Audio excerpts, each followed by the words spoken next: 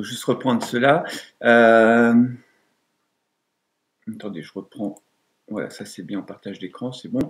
Ok, donc on avait en fait terminé cet exercice avec le bilan réactionnel qu'on avait à la fin et on avait vérifié donc à l'issue de cela, qu'on n'avait plus qu'on n'avait plus de réaction possible avec le gamma et par conséquent on avait les concentrations des différentes espèces et notamment pour le fer de plus, il nous restait 3,10-2 mol par litre de fer de plus et on avait formé 7,10-2 mol par litre de Fe3+.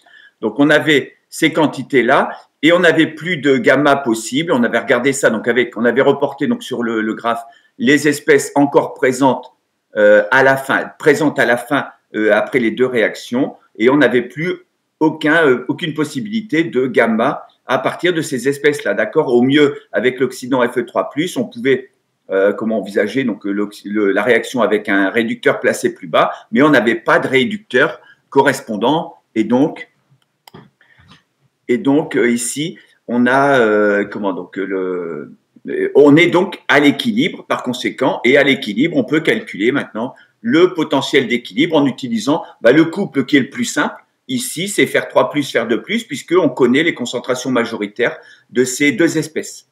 D'accord. Mais on est à l'équilibre, il y a un seul potentiel d'équilibre, le potentiel de Nernst. Ce potentiel de Nernst, il est donné par le couple Fe3+, Fe2+, mais il serait donné également par le couple IO3- I2 ou H2O2, H2O. Donc après, tout ça, c'est des histoires de concentration minoritaire. Donc vous allez avoir une concentration minoritaire de ces espèces-là qui correspond au potentiel final, au potentiel d'équilibre EEC, donc donné par l'équation de Nernst pour n'importe lequel de ces couples. Donc voilà pour cet exercice. Alors, on va regarder les autres exercices et puis, donc juste un autre exercice, le temps de se remettre en route. Alors, je reprends, donc ici, je réouvre le TD, comme ça me donnera un petit peu de temps pour ouvrir après le document de cours. Donc, on va faire juste donc, un exemple. Donc, j'arrête le partage donc, de ce document-là et puis je vais partager donc, le TD.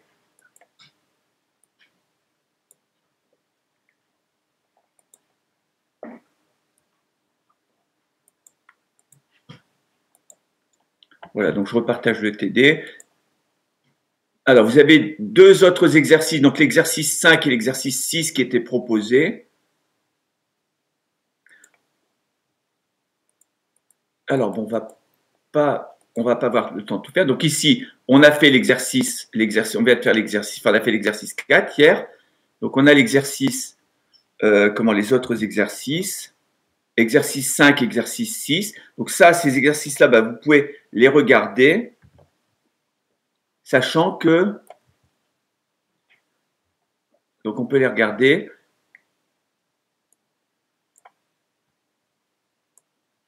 Alors, excusez-moi, donc je remonte ça. Voilà.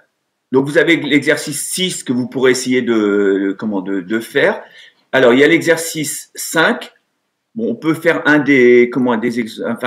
des deux questions de l'exercice 5, ou les deux questions éventuellement. Alors, ici, je demande d'établir les réactions globales d'oxydoréduction. Alors, on va commencer par la deuxième, qui est un petit peu moins évidente.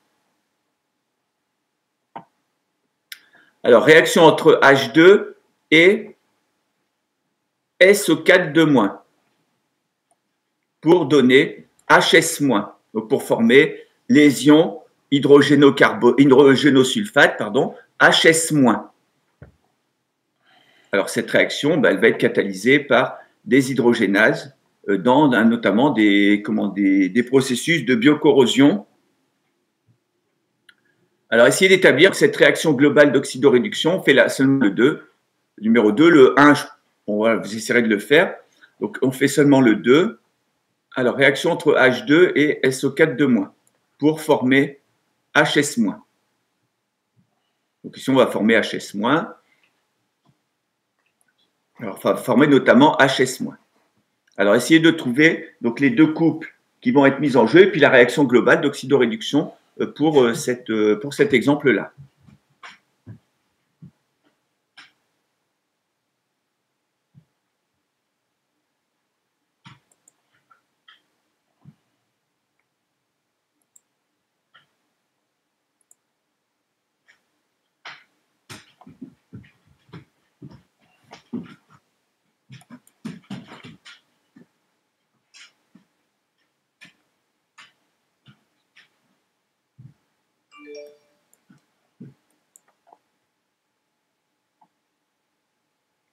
Ok, j'allais dire que voilà, on était 31, donc Isabelle qui était présente. Bonjour Isabelle, Isabelle qui était présente sur Isabelle Diaz qui était présente sur la session, mais on est bien ici 32, donc pas de souci. Enfin, tout le monde est bien là.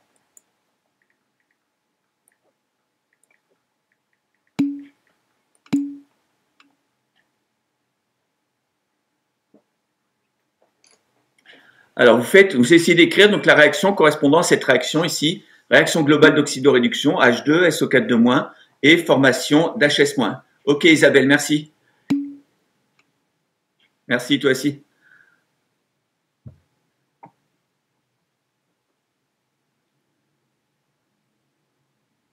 Alors, vous allez à écrire, donc il va falloir écrire ici deux couples. Donc j'ai voilà, établir une réaction globale du type oxydant 1 plus réducteur 2. Donc ici, bon, bah, on connaît l'oxydant 1 et le réducteur 2. Donc vous avez comme oxydant 1 SO4 et comme réducteur 2 H2. Qu'est-ce que vous allez lui mettre?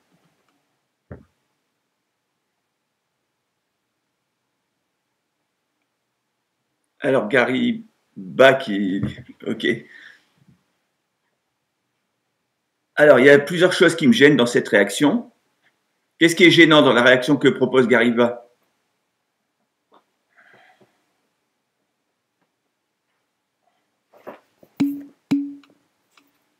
Il y a les électrons. Effectivement, il reste les électrons. D'accord? Il y a effectivement les électrons. Donc là, voilà, on ne peut pas écrire une réaction globale d'oxydoréduction avec les électrons. Donc ici, c'est bien, on a H2SO4 c'est-à-dire qu'on a deux espèces oxydants réducteurs de deux couples différents. Si on les associe, c'est dans une réaction globale d'oxydoréduction, c'est-à-dire il n'y a pas d'électrons. Donc là, il faut construire la réaction de façon à ce qu'il n'y ait pas d'électrons. Alors, qu'est-ce que vous allez mettre comme couple oxydant réducteur? Donc, on va reprendre la façon de procéder qu'on avait utilisée. Enfin, voilà, je vais vous reprendre un des tableaux qu'on avait plus haut, là. Je vais reprendre un tableau, un de ces tableaux-là, par exemple.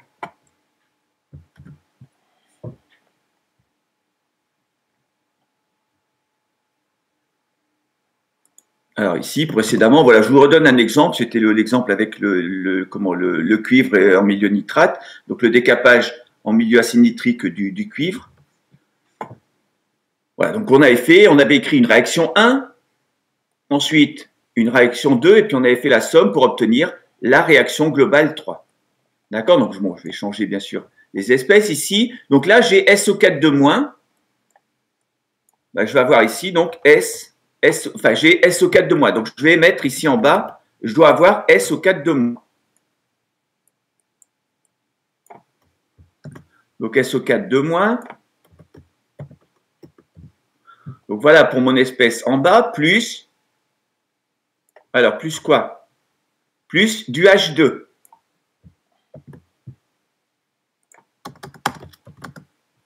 D'accord? Donc SO4 plus du H2. Voilà ce que je veux. Voilà. Et ça va donner, donc ici, alors qu'est-ce que ça va me donner? On m'indique simplement HS-. Bon voilà, bon moi je connais déjà HS-.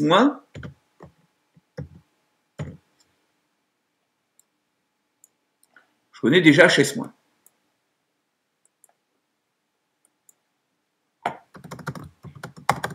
Plus peut-être autre chose. Voilà, donc voilà ce que j'ai. Ici, SO4 à gauche, H2 et HS- à droite.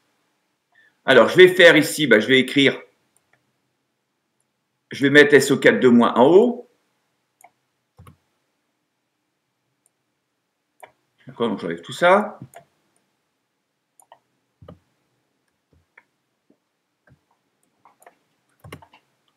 Donc, je vais mettre SO4 en haut. Donc, SO4 en haut, et puis H2 ici.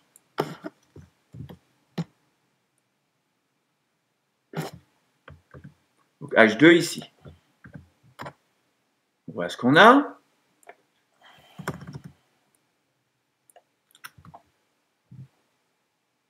Alors, pour la réaction électronique 1, qu'est-ce que j'ai? qu'est-ce que je vais écrire ici? Donc, je sais que je dois mettre à gauche SO4-, à droite H2, et dans l'énoncé, on me propose HS-. Donc, formation d'hydrogénosulfate HS-. Alors, hydrogénosulfate HS-. Je vais le mettre où? Ben, je vois qu'il y a l'atome de soufre. J'ai l'atome de soufre ici. J'ai un atome de soufre ici. Donc, je vais l'indiquer. Bon, ben, pour cette réaction-là, je vais pouvoir l'indiquer ici. Donc là, vous allez mettre indiquer HS-. Donc HS- comme espèce pour le SO4 ici. Donc HS- plus, on verra ce qu'on met après. Donc voilà déjà la première, semble-t-il, la première réaction électronique. La deuxième réaction électronique, qu'est-ce que ça peut être, cette deuxième réaction électronique?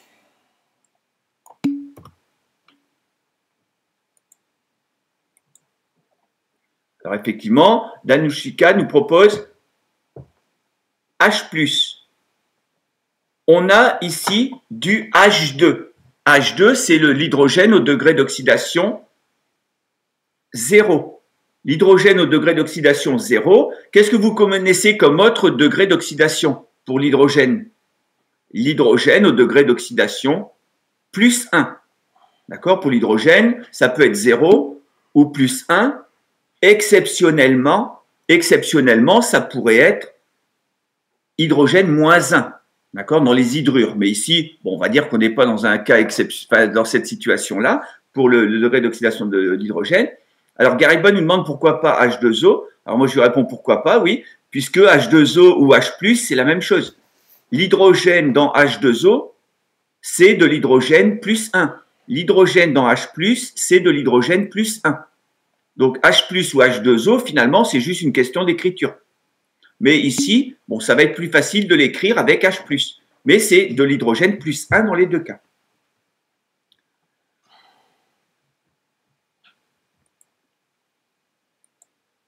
Alors, ici, donc, on va mettre effectivement H+. Donc, voilà ce que vous allez écrire au niveau de vos deux réactions électroniques. Donc, on va avoir en fait SO4 avec HS-, et puis H2 avec H+. Donc, allez-y, je vous laisse équilibrer ces réactions. Alors, vous avez ici, si je remplis à droite dans mon tableau, donc SO4 c'est du soufre à quel degré d'oxydation?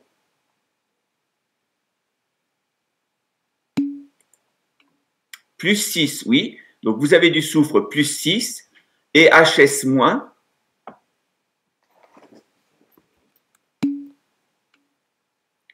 du moins 2, exact. Donc, du soufre plus 6 qui donne un soufre au degré d'oxydation moins 2. Et donc, vous allez mettre en jeu, dans cette réaction-là, 7 électrons.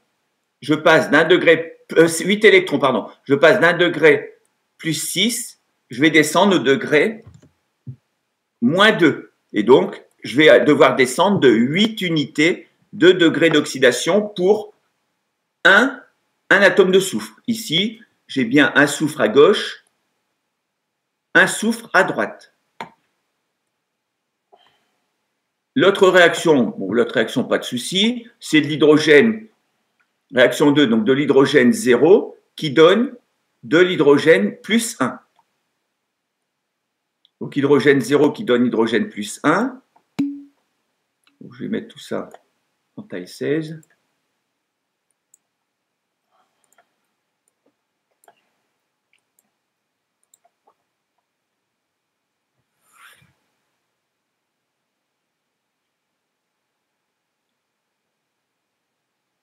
Alors, HS-, ok.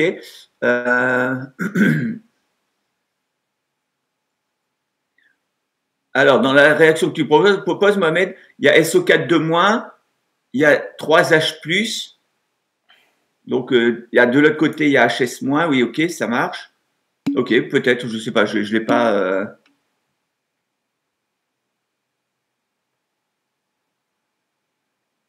Ok, donc allez-y, ben, écrivez vos réactions. Donc la première réaction, la réaction électronique 1, ensuite la réaction électronique 2, et enfin, vous écrivez la réaction globale.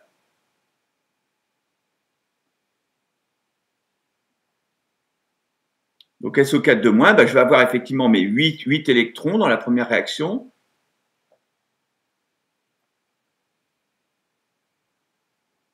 Alors Mohamed, si c'est la réaction 1 que tu voulais écrire, et la réaction 1, il doit y avoir des électrons dedans, puisque c'est une réaction électronique.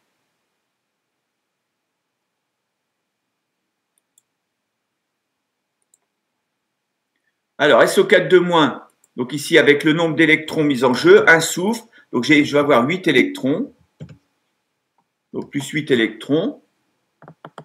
Ensuite, ben, je fais le bilan en oxygène. J'ai 4 oxygènes à gauche, donc je vais mettre 4 H2O à droite. Donc 4 H2O à droite.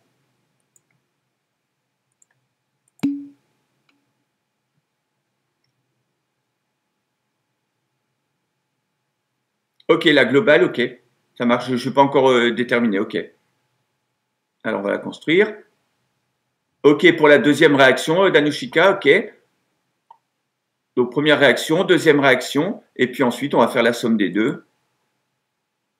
Donc la première réaction, je continue, donc 4H2O, ensuite je regarde les hydrogènes, j'ai 4 fois 2, 8 et 1, 9 hydrogènes à droite, donc il me faut 9 hydrogènes à gauche, donc sous la forme d'H+. Donc ici, 9H+.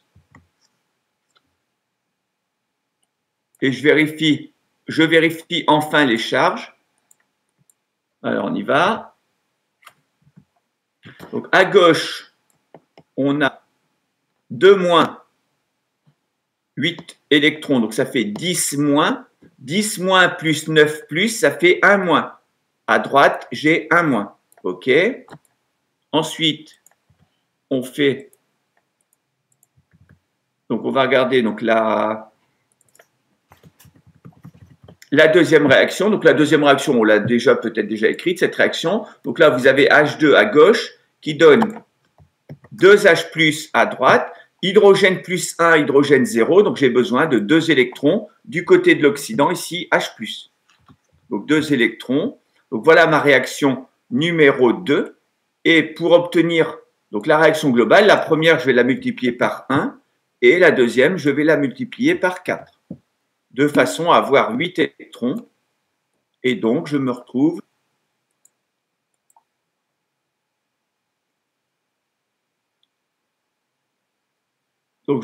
avec la réaction suivante. Si je mets 4H2, ça vous plaît pas? Alors, SO4 donc moi, je reprends l'équation, oui. 4H2, ok, ça marche. Ok, Danushika, ok. Après, je ne sais pas si c'est 7H+, je ne sais pas, on va regarder. Donc ici, ça va vous donner par conséquent. Ok, ça marche. Bon, bah, apparemment, c'est vérifié. Donc ici, 4H2. Voilà. Je compte, j'ai 8H+, à gauche, à droite, pardon, ici, 9H+, ici. Donc il me reste un H+, à gauche. Et vous allez avoir ici, donc HS- une fois, 4H2O à droite, et puis vous avez 2 fois 4, 8H+, donc ça a été enlevé. Donc ici, il vous reste simplement HS- et puis 4H2O.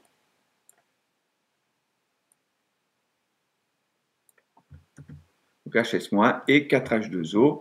Ici, à droite. Donc voilà la réaction correspondante. Donc je vérifie rapidement que c'est bien ça. Donc en vérifiant par exemple sur les charges, ici, bon, bah, je vois que c'est bon, j'ai une charge moins à gauche, une charge moins à droite. Bon, il y a des chances que je ne me sois pas trompé. Donc effectivement, je vérifie que c'est bien ce que vous m'avez confirmé.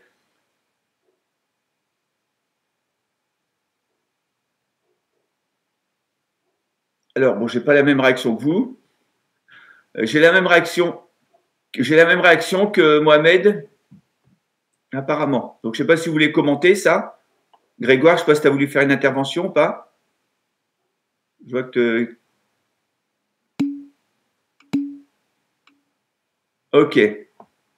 Ok, non. Ok, bon, ça marche. Bon, je ne sais pas, tu es resté en bas, ça marche.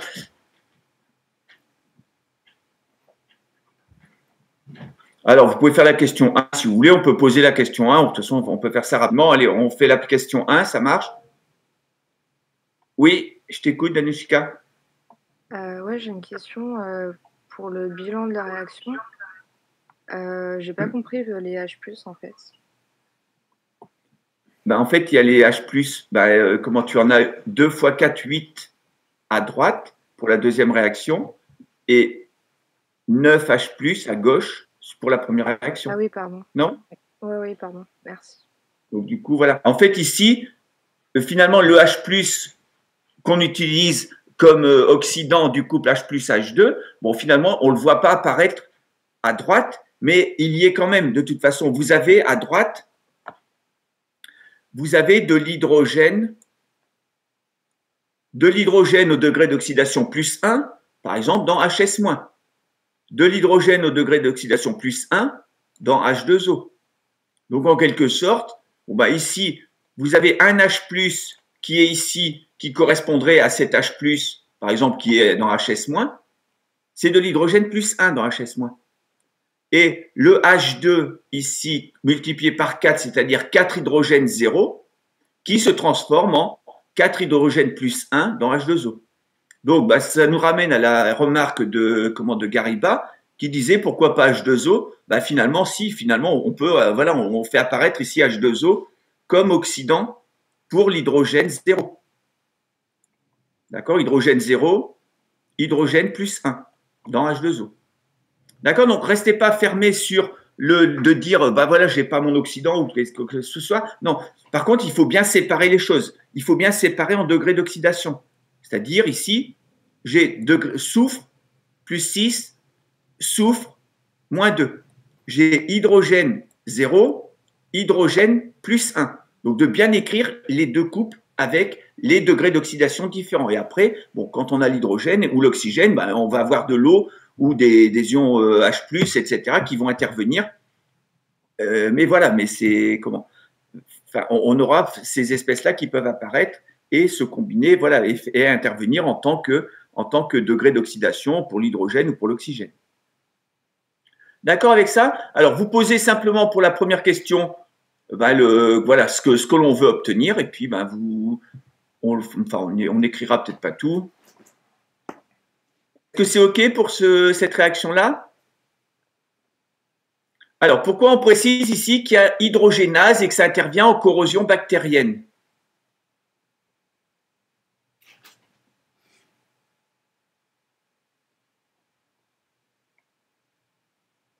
Alors ici, je n'ai pas complété. Le ppMC, à quoi il est égal pour cette réaction globale? Quelle est la valeur du ppMC qu'on obtient ici? Effectivement, non pas 4, mais 8. Le ppMC, c'est les électrons échangés lorsqu'on additionne la réaction 1 et la réaction 2. Ici, j'ai 8 électrons qui sont échangés, 8 électrons qui s'éliminent quand je fais l'addition de ces deux réactions. Donc, mon ppMC, c'est 8. D'accord? Donc, si vous avez la constante K à calculer, vous prendrez pour cette réaction-là le ppMC de 8. Alors, pourquoi on parle d'hydrogénase ici, et puis voilà, de bactérienne, de corrosion bactérienne? À quel niveau ça va intervenir, ça? Alors, hydrogénase. Qu'est-ce que c'est qu'une hydrogénase? Alors, au niveau d'H2, oui, Florent? Alors, c'est quoi une hydrogénase? C'est une enzyme. Une enzyme, comment vous pouvez qualifier une enzyme? Qu'est-ce que vous pouvez dire pour une enzyme? C'est quoi une enzyme? Ça sert à quoi? Ça intervient comment?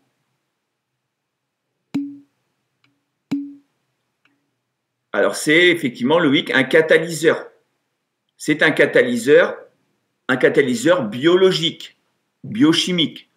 D'accord? C'est quelque chose qui est présent dans le vivant. Vous avez en fait des réactions qui vont être catalysées par des enzymes. Donc, c'est un catalyseur biologique qui intervient dans les réactions du vivant. Donc ici, vous allez avoir de l'hydrogène. L'hydrogénase, l'enzyme hydrogénase, qu'est-ce qu'elle fait? Elle va capter l'hydrogène, H2, et le transformer. Alors, ça peut être la tronche d'une cacahuète, oui, je ne suis pas spécialiste de faciès d'enzymes. Bon, c'est peut-être plus les bactéries qui vont ressembler à ça. Donc, vous avez l'enzyme, en fait, vous allez avoir l'enzyme qui va catalyser la réaction d'oxydation de l'hydrogène. Donc, la réaction d'oxydation de l'hydrogène, donc ça va intervenir à ce niveau-là. Donc là, vous allez avoir l'hydrogénase qui va intervenir. Et à ce niveau-là, bien, vous allez avoir au niveau des sulfates, pour les transformer en HS-, vous allez avoir une bactérie, par exemple, telle que une bactérie. Ici, vous allez avoir donc l'intervention de bactéries, par exemple, une bactérie sulfato-réductrice. D'accord? Donc, une bactérie sulfato-réductrice, comme son nom l'indique, c'est une bactérie qui est capable de réduire le sulfate. Le sulfate, c'est au degré 6. D'un point de vue chimique, on a des solutions de sulfate. Les solutions de sulfate, par exemple, du sulfate de fer, ça reste du sulfate de fer. Du sulfate de sodium, vous pouvez le conserver, une solution de sulfate de sodium, vous pouvez la conserver pendant des années, ça reste une solution de sulfate de sodium. Donc le sulfate, c'est très stable. Par contre, ça a un degré d'oxydation élevé, plus 6. Ça veut dire que c'est un accepteur d'électrons important. Mais pour l'utiliser comme accepteur d'électrons, il faut catalyser sa réaction de réduction. Et sa réaction de réduction, elle va être catalysée par exemple par des bactéries sulfato-réductrices que vous allez trouver dans des biofilms qui sont sur des matériaux métalliques. Donc, vous allez avoir de la biocorrosion et vous allez avoir des bactéries sulfato-réductrices qui vont intervenir comme comme catalyseur de réduction du SO4 pour former du HS-. Et ici, capter des électrons qui vont provenir soit de la réoxydation du H2 par l'intermédiaire d'hydrogénase, donc des hydrogénases qui seront portées par d'autres bactéries, par exemple, ou des hydrogénases, des enzymes qui seront présents dans le biofilm, par exemple. Et vous allez avoir donc l'oxydation du H2 en H+, la réduction des SO4 en HS-. Donc tout ça, ça va nécessiter l'intervention de vivants, d'activation par le vivant, au travers de bactéries ou d'enzymes qui vont intervenir pour catalyser ces réactions. Et vous avez globalement une réaction comme ça. Donc ici, vous couplez l'oxydation d'H2 avec la réduction du sulfate, mais on peut coupler l'oxydation, par exemple, d'un métal, l'acier, par exemple, vous faites l'oxydation du fer, couplé à la réduction de sulfate, en milieu réducteur, c'est-à-dire un milieu dans lequel vous aurez des bactéries sulfato-réductrices. D'accord? Donc là, on a une réaction globale d'oxydoréduction qui met en jeu des catalyseurs biologiques. Alors, vous pouvez, on commence juste, vous écrivez simplement les deux couples qui vont intervenir dans la réaction précédente. On va faire la réaction précédente. Et puis, je vous laisserai faire l'exercice suivant, l'exercice 6. On va revenir au cours ensuite après. Donc, établissez donc la réaction 1. Répondez à la question numéro 1.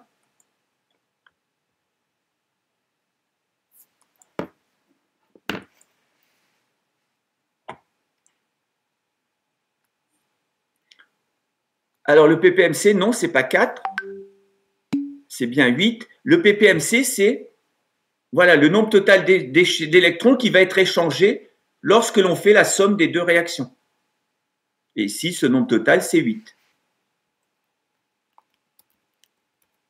Donc, le plus petit multiple commun entre 2 et 8, c'est 8.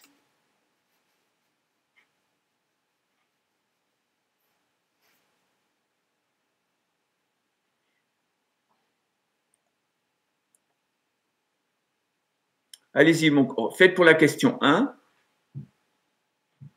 Donc, on indiquera seulement les électrons. Après, bon, je vous donnerai un petit peu l'intervention de ça. Alors, ça, je peux le fermer.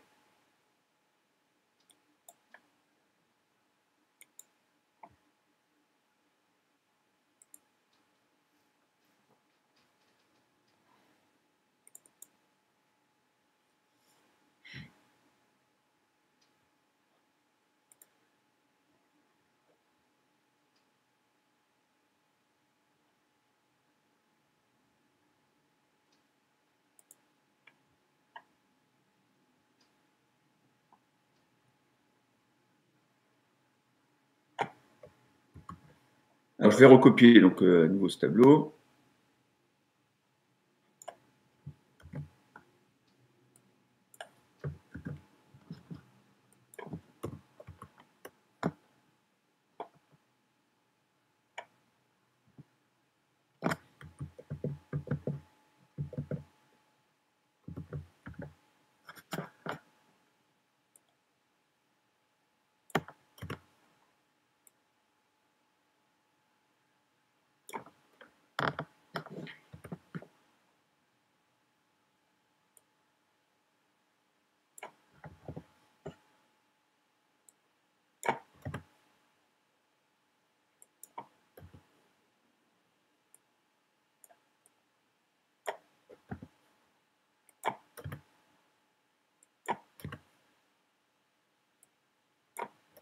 Alors, qu'est-ce qu'on va indiquer ici?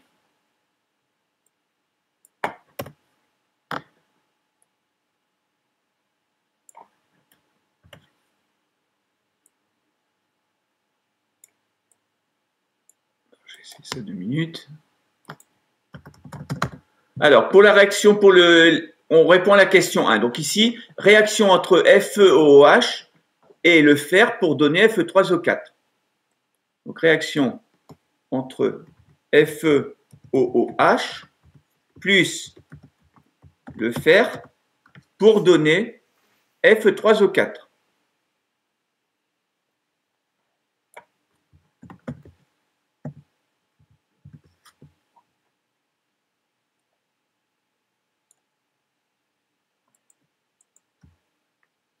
Donc, pour donner Fe3O4. Donc, voilà la réaction que je veux établir. Donc, indiquer donc, les réactions 1 et réaction 2.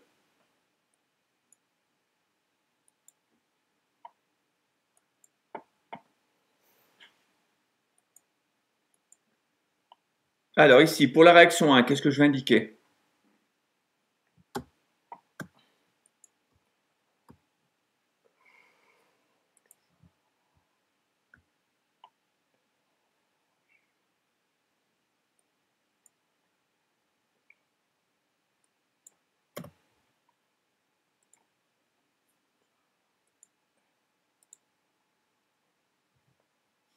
Donc vous remplissez pour la réaction 1.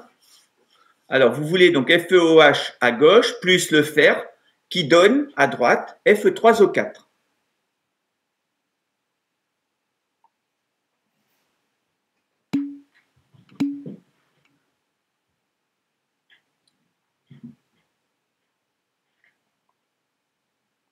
Alors le lien pour la connexion, en fait,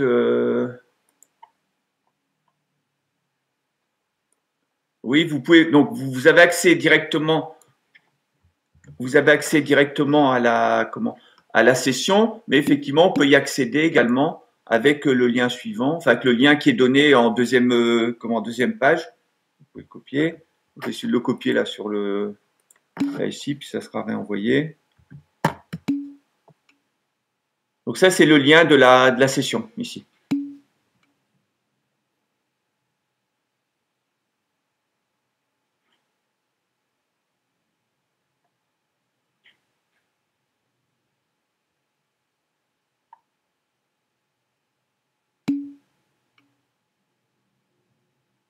Ok, ça marche. Attendez, je vais pas. Attendez, excusez-moi, je l'avais envoyé, mais je ne l'ai pas activé. Donc, voilà. Donc, voilà le lien. Je l'ai mis sur le chat.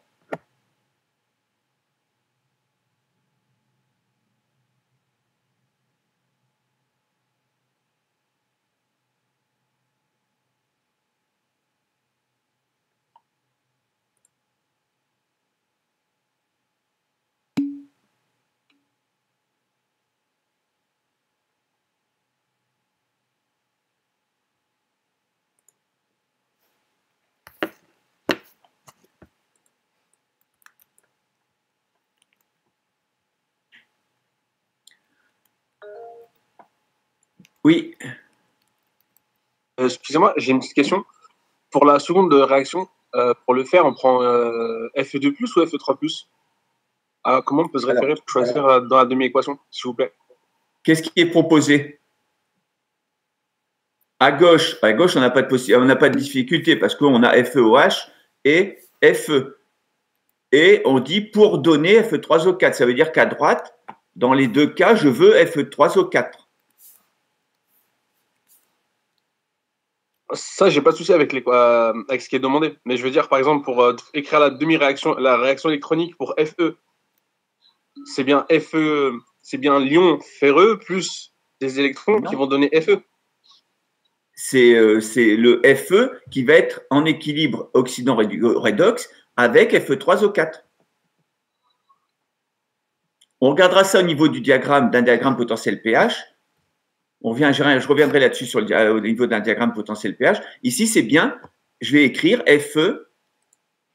Ici, je vais mettre, donc ici, je veux FeOH à gauche, je veux Fe à droite, d'accord, et à droite, Fe à gauche, pardon, et je veux Fe3O4 à gauche. Donc, je veux Fe3O4 à gauche, à droite, pardon, décidément, Fe3O4 que je vais mettre à la fois ici et ici. Et je vais écrire ça. Et je vais écrire mon équilibre oxydant-réducteur entre l'oxydant Fe3O4 et puis le réducteur fer. Ici, entre l'oxydant FeOH et le réducteur Fe3O4. Et je vais bien avoir une réaction. Ici, dans cette réaction-là, Fe3O4 va jouer le rôle de réducteur 1 et d'oxydant 2. Donc, c'est un cas particulier. Particulier, oui, si on veut. Oui, ça ressemble à ce qu'on avait fait avec, je sais plus, avec que Cl-2, Cl-. En fait, on avait Cl2 qui jouait le rôle d'oxydant ou de réducteur suivant le couple considéré. Mais le souci, moi, c'est que comment on reconnaît le couple, en fait? Vu qu'il y a, enfin, j'aurais jamais su, pour être honnête avec vous. Là, il y a le FeOH, je sais écrire les réactions, mais trouver le couple qui va avec qui, en fait, c'est ça qui me pose souci. D'accord. Mais là, je ne sais pas comment vous faites pour le déterminer. Est-ce que j'ai proposé faire 2 plus? Est-ce que j'ai proposé faire 3 plus dans l'écriture ici? Non, pas j'ai du proposé tout. ça. Voilà. Donc, il faut rester. Allez-y, pardon. Attends. Non, vas-y. On t'écoute. Parce que dans la question 2, on a du H2 et on a dû ramener H+, alors que ce n'est pas du tout indiqué dans la question. C'est pour ça que moi, j'ai pensé peut-être qu'il fallait faire comme ça aussi. C'est empiriquement que j'ai pensé à ça. Vu qu'on a fait comme ça dans la question 2, je me suis dit peut-être dans la question 1, c'est ce qui est aussi demandé. Oui, ok. Oui. Sauf que dans la question précédente, en fait, on avait du H2, donc il fallait trouver quelque chose qui présentait le degré d'oxydation plus 1 pour l'hydrogène. Mais effectivement, ta remarque, elle est pertinente. Hein. C'est vrai que bon, il faut sentir un petit peu les choses. Après, peu importe, à la limite, j'aurais pu écrire même H2 et puis H2O, voire même H2 et HS-, à condition de mettre S-, S2- de l'autre côté, par exemple. Tout ça, c'était l'hydrogène plus 1. Mais là, effectivement, si on met du fer de plus, ça veut dire qu'on va avoir à nouveau un couple qui sera fer de plus Fe, ou alors fer de plus FeOH également. Donc, si je rajoute cette espèce-là, ici, moi, il me faut un couple oxydant-réducteur avec le fer. Donc, pour cette réaction-là, j'ai que du fer 3. D'accord? Vous avez ici un fer 3, un fer plus 3, ici pour FeOH, et puis dans Fe3O4, bon, ben, on avait vu qu'il y avait 2 fer plus 3, mais aussi un fer plus 2. Donc là, c'est bon, j'ai bien un couple oxydant-réducteur. Je vais bien avoir des électrons dans cette réaction-là. Ici, j'ai du fer 0. Donc du fer au degré d'oxydation 0.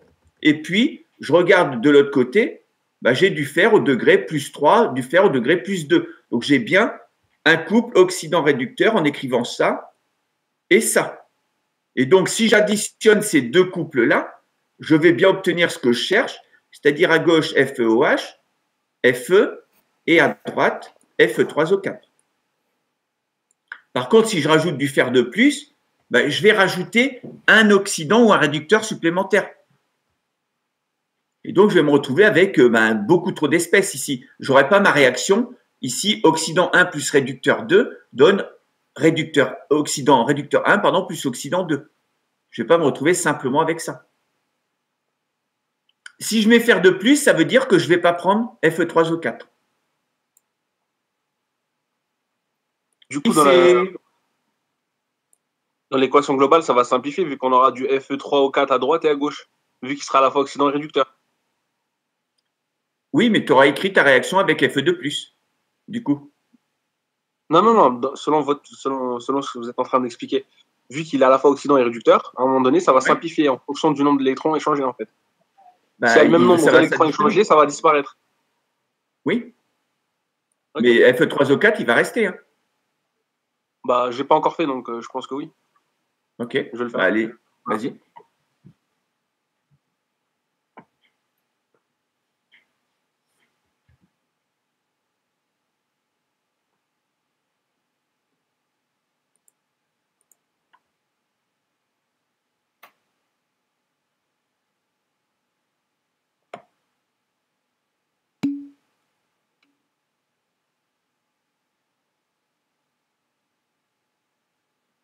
Je n'ai pas encore regardé la réaction globale pour juger si oui ou non elle était bizarre, très bizarre. Danushika, tout à l'heure, tu avais peut-être demandé la parole, mais je crois que ça a été zappé.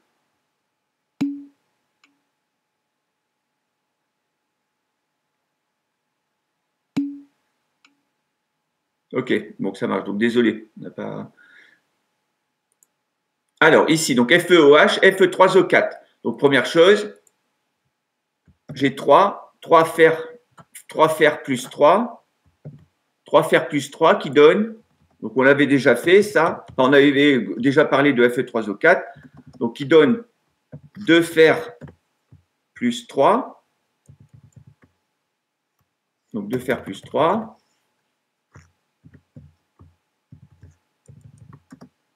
et 1 fer plus 2.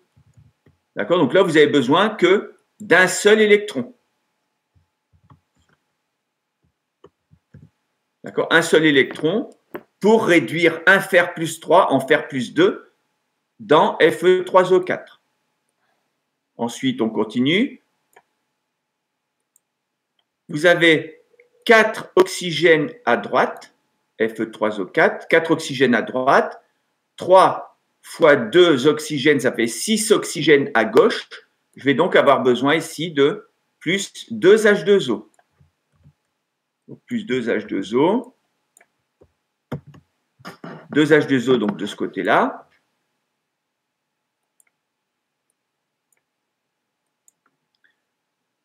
Alors c'est bien 4 oxygènes, 2 oxygènes, 6 oxygènes, 6 oxygènes à gauche. 3 fois 2. En hydrogène, 3 fois H ici, donc ça fait 3 hydrogènes à gauche, 4 hydrogènes à droite, et par conséquent, ici, je vais avoir plus H+. Donc ici, plus H+. Voilà pour la réaction. Et voilà. Donc voilà ma première réaction. Je vérifie enfin les charges.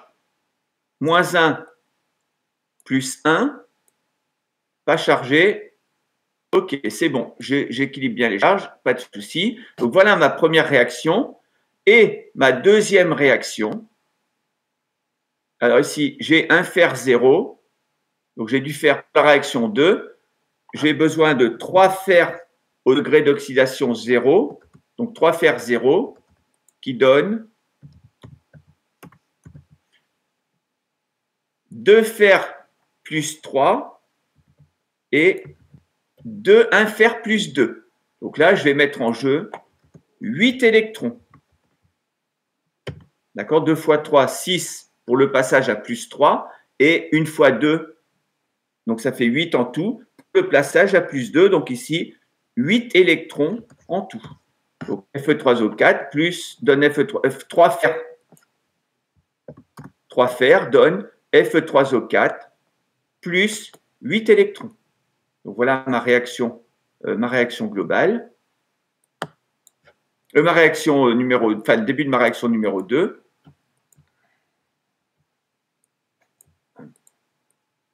Donc, le début de ma réaction numéro 2.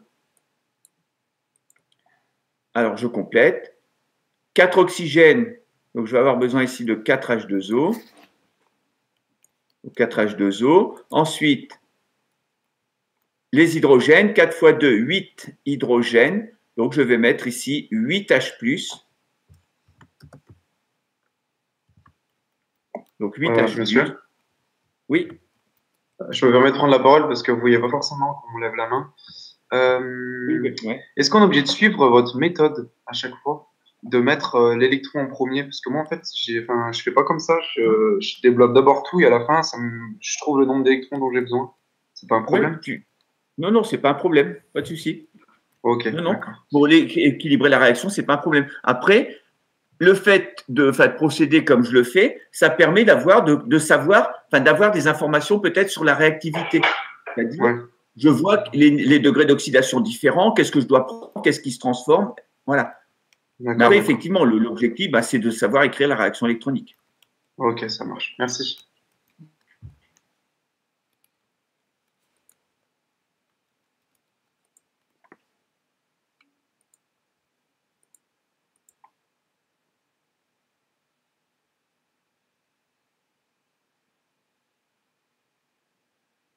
Alors, dans Fe3O4, si on calcule le degré d'oxydation, en fait, si on fait l'équation donc pour le degré d'oxydation, c'est la somme des degrés d'oxydation est égale à la charge.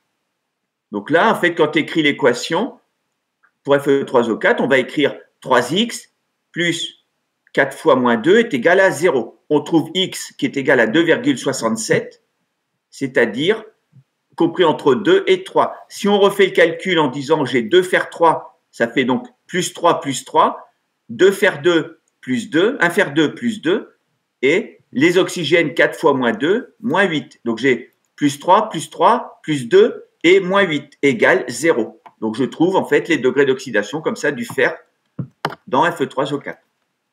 Est-ce que ça répond à la question ?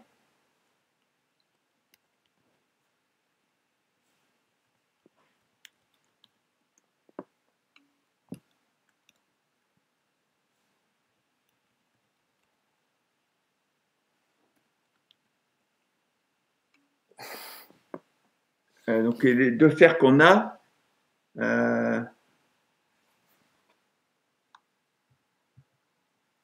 on a 2 fer 3 et 1 fer 2.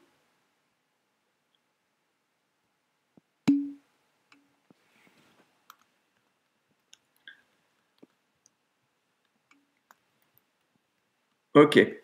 Alors, donc la réaction globale, donc je ne sais pas si c'est la même entre les deux propositions là. Alors, 24 FeOH. Donc, effectivement, là, ici, vous allez avoir donc à nouveau le ppMC. Le ppMC qui est de 8. D'accord. La première réaction, je la multiplie par 8. Donc, la première réaction, je la multiplie par 8. La deuxième réaction, je vais la multiplier par 1. Donc, le ppMC, ici, entre 8 et 1, c'est bien 8. Donc, ppMC égale 8. Et vous faites la somme des deux. Donc la somme des deux, et on trouve donc ici, alors 3 fois 8, 24, 24 FeOH plus 3 fer.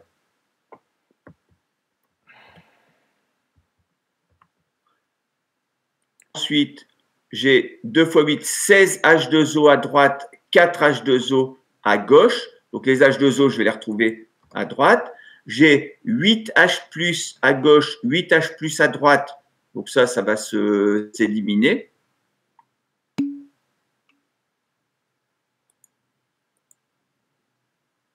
Et donc ici, à droite, vous avez 8 plus 1 Fe3O4.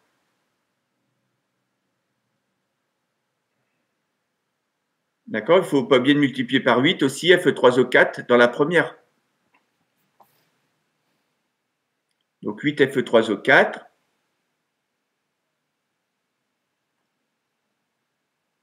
Alors je représente.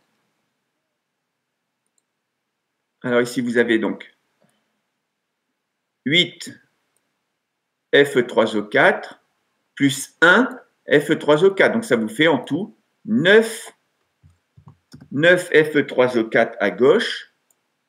Ensuite, plus, alors à droite, il y avait les H2O qu'il fallait reprendre. On en a 4 à gauche, 2 fois 4, 2 fois 8, 16 à droite. Donc ici, vous allez en avoir 12, H2O.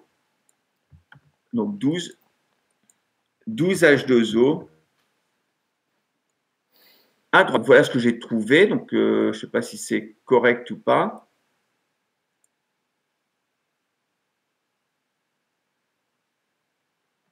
Les H+, normalement, s'éliminent. Et voilà votre réaction globale.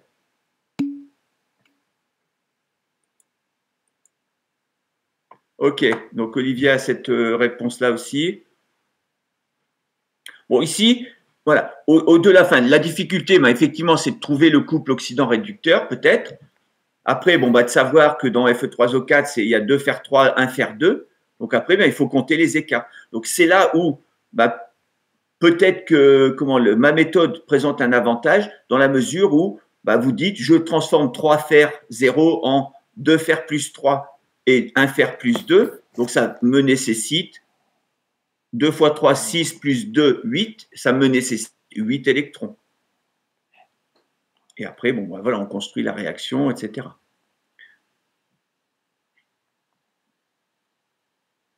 Après, le fait d'avoir les électrons directement, ça me permet aussi directement, sans équilibrer les réactions, de pouvoir dire, voilà, je vais faire réagir telle quantité de ça avec telle quantité de ça, sans même écrire la suite de réactions. Simplement en utilisant l'élimination des électrons, le PPMC, je peux additionner comme ça mes réactions 1 et réaction 2.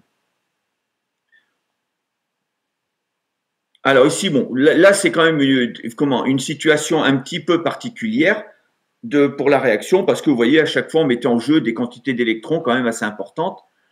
Pour la réduction du sulfate en hydrogénosulfate, vous avez 8 électrons mis en jeu. Ici, vous avez des coefficients stoichiométriques qui sont quand même assez élevés, du 24, du 9, du 12, ça fait quand même…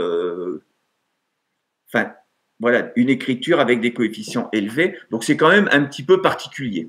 Mais cette réaction-là, par exemple, cette réaction ici, la réaction donc entre un composé FeOH, donc ce composé-là, en fait, vous allez l'appeler comment? FeOH, comment on pourrait l'appeler ce composé?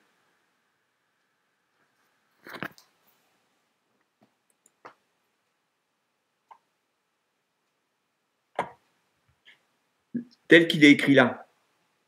Fe, donc O, OH.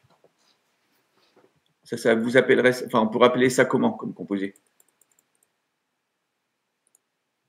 Bon, si vous écrivez Fe3O4, qu'est-ce que vous allez dire? C'est quoi comme composé? Comment vous allez l'appeler?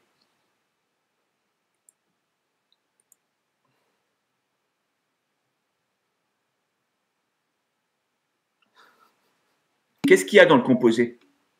Oxyde de fer. Oui, Zoé, oxyde de fer. D'accord? C'est un oxyde de fer. Vous avez du fer, Fe3O4. O4, donc l'oxyde. Oxyde de fer. Donc effectivement, Danushika, l'oxyde, enfin le FeOOH, ben, ça mêle à la fois oxyde et hydroxyde. Si c'était que FeOH3, on dirait hydroxyde. Là, ici, c'est oxyhydroxyde parce que c'est un mix avec donc des FeOFe et des FeOH dans le composé. Donc, vous allez avoir en fait un oxyhydroxyde de fer, oui. Et cet oxyhydroxyde de fer, bah, il porte le nom, il est dans une structure cristalline de type gamma et il porte le nom de l'épidochrocite. Donc, l'épidochrocite, donc ça, c'est un oxyhydroxyde de fer qui va se former dans des couches de corrosion, par exemple des couches de corrosion atmosphérique. Corrosion atmosphérique, bah, ça veut dire un acier qui est exposé à l'air, à l'humidité et qui subit un processus de corrosion aqueuse, un processus de corrosion dite atmosphérique. Donc ce terme, enfin ce composé, il porte le nom de l'épidochrocite. Alors, un composé à qui on donne un nom, ça implique quoi? Ça indique quoi? Donc, par exemple, ici, l'oxyhydroxyde de fer, gamma FeOH, il porte le nom donc de l'épidochrocite. Alors, le fait d'avoir un nom comme ça veut dire pour ce composé.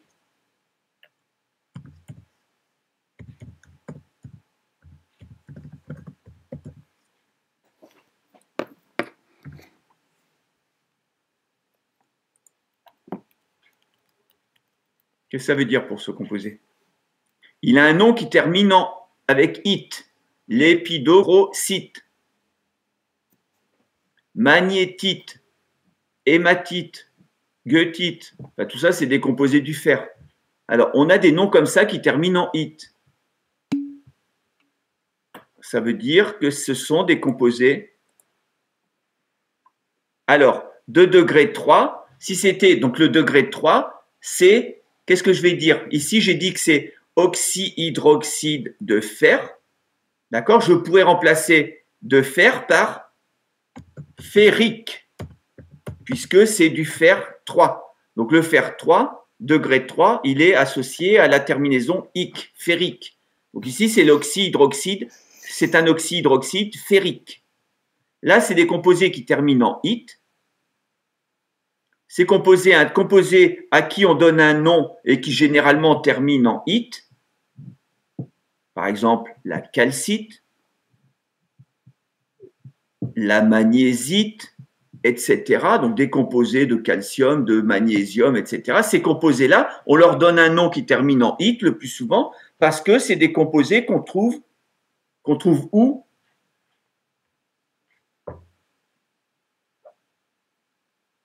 Ben, qu'on trouve à l'état de minéral. Donc un minéral, ben, c'est un composé que vous allez trouver dans un environnement naturel. D'accord, dans la nature. Voilà, vous allez trouver dans la nature, dans un environnement naturel, ces composés et on leur donne des noms avec qui terminent en it. Donc ici, là, l'épidochrocite, bah, c'est quelque chose qui va se former naturellement dans un environnement naturel, dans les sols, vous avez du fer, bah, avec le fonctionnement du sol, vous allez avoir de la lépidochrocite qui va être formée. Vous avez de la magnétite qui peut se former dans certains cas. Vous avez de l'hématite, etc. Donc vous avez tous ces composés. S'ils portent un nom en it, ça veut dire que ce sont des minéraux qui sont présents à l'état naturel dans un environnement naturel. Ok. Donc là, ces composés, la réaction qui est ici, la réaction qu'on écrit là, c'est une réaction en fait qui intervient dans une couche de corrosion. Donc je vous avais donné donc dans le cours. Donc on va revenir au cours. Donc on termine. Là, voilà, on a terminé la correction de cet exercice-là. Et on va repasser donc au cours. Donc, vous avez d'autres exercices que je vous laisse regarder. Donc, un autre exercice que vous regarderez vous-même. Donc, cet exercice numéro 6. Ici, vous essaierez de le faire. D'accord? Donc, et puis, passera tout à l'heure donc à l'exercice numéro 7. Alors, je reviens donc à la partie cours. Donc, je vais repartager que le cours, mon document PowerPoint, donc du cours. Donc, je vais partager.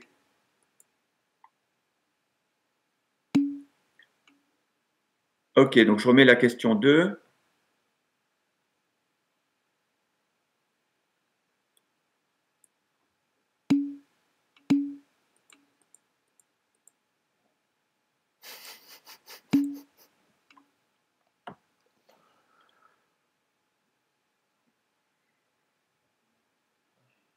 Alors, au partiel, oui, enfin, vous pouvez avoir vous aurez forcément une équation globale, une réaction globale d'oxydoréduction sans doute à établir. Pas comme, enfin, peut-être moins, voilà, plus évidente que celle-ci, peut-être, oui. Mais la deuxième celle qu'on vient de faire avec le fer, bon, c'est quand même assez direct, je trouve. Après l'autre, bon, c'est vrai qu'il y avait plus l'histoire d'H2 avec H+, peut-être.